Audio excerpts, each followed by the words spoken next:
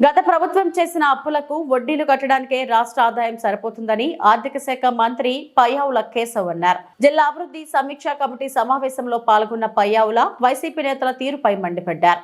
రాష్ట్రంలో ప్రజా సంక్షేమ అభివృద్ధి కొనసాగుతుంటే ప్రభుత్వంపై బురజల్లే ప్రయత్నం చేస్తున్నారని ఆగ్రహం వ్యక్తం చేశారు. జీఎస్టీ విషయంలో రాష్ట్రంలో త్వరలో మార్పులు రాబోతున్నాయన్న మంత్రి చంద్రబాబు నాయకత్వంలో అనేక అంశాలను తీసుకురావడానికి ప్రణాళికలు రూపొందిస్తున్నట్టు వెల్లడించారు.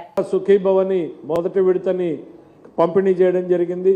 జిల్లాలో రానటువంటి రైతాంగాన్ని కూడా అధికారులే వెళ్ళి మీరు ఎందుకు నమోదు చేసుకోలేదు, మీరు నమోదు చేసుకోండి, మీ ఎలిజిబిలిటీ ప్రకారం మీకు ఇవ్వడం జరుగుతుంది అనేటువంటిది ప్రోయాక్టివ్గా గవర్నమెంట్ సైడ్ నుంచి చేయమని చెప్తా ఉన్నాం.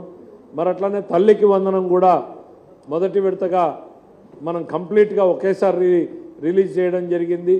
దాదాపు అన్ని స్కూల్స్కి కూడా దానికి సంబంధించినటువంటి బెనిఫిట్ని అందివ్వడం జరిగింది. ఎడ్యుకేషన్ సెక్టర్లో మేజర్ రిఫార్మ్స్ని లోకేష్ గారు తీసుకురావడం జరిగింది. Quality of the food improve అయింది. మంచి సన్న బియ్యంతో భోజనం పెడుతున్నాం. క్వాలిటీ ఆఫ్ కిట్ పెరిగింది. క్వాలిటీ ఆఫ్ వాళ్ళ యూనిఫామ్ మారిపోయింది. టీచింగ్ మెథడాలజీ మారిపోయింది. ఇవన్నింటినీ కూడా ఇంప్రూవ్ చేసినటువంటి పరిస్థితులు కనపడతా ఉన్నాయి. మరి ఉచిత గ్యాస్ సిలిండర్లు ఇవ్వడం జరుగుతూ ఉంది. దాంట్లో కూడా మరింత మెరుగ్గా ఇంప్రూవ్ చేసే రకంగా చూస్తూ ఉన్నాం. ఎందుకంటే కొన్ని కేంద్ర ప్రభుత్వ నిబంధనల వల్ల మనం కంపెనీలకు ముందు డబ్బిచ్చి ఉచితంగా తీసుకుపోయే అవకాశం చేయలేకపోయాం.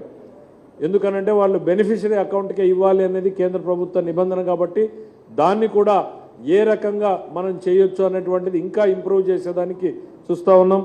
మరి ఉచిత బస్సు అనేటువంటిది ఒక గ్రాండ్ సక్సెస్ అయినటువంటిది.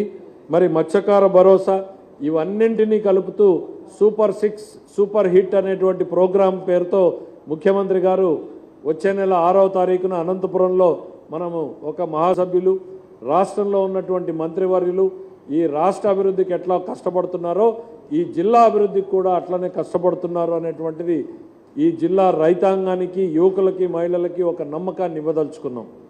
నిరంతరం ఈ జిల్లా అభివృద్ధి లక్ష్యంగానే పనిచేస్తూ ఉన్నాం. దానికి మా ప్రోగ్రెస్ ఈ 100 డేస్ గవర్నమెంట్ రావడంతో అనేక ఒడిదుడుకులను ఎదుర్కొన్నాం. చివరి 100 డేస్లోనే హంద్రీనీవాని, హెచ్ఎల్సీని అన్నింటినీ మనం రియలైజేషన్ చేసి చూపించగలిగాం. 5 ఏళ్ళు వాళ్ళు చేయలేంది.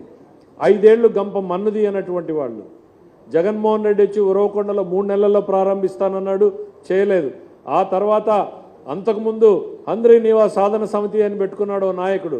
దాన్ని తీసి 5 ఏళ్ళు కబోర్డ్లో పడేశారు, గూట్లో పడేశారు. మళ్ళీ ఇప్పుడు ఇంకో సాధన సమితి పేరుతో ముందుకు వస్తూ ఉన్నారు. ఇవాళ చేసి చూపిస్తున్నటువంటి ప్రభుత్వం ఇంకా చేయాల్సింది ఎంతో ఉంది అనేటువంటి బాధ్యతతో కూడా ఉన్నామని తెలియజేసుకుంటాం. ఇక ఈ జిల్లా రూపురేఖలు మార్చేదానికి అనునిత్యం ప్రయత్నం చేస్తూనే ఉంటామన్నటువంటి నమ్మకాన్ని ఇవ్వదలుచుకున్నాం. Thank you.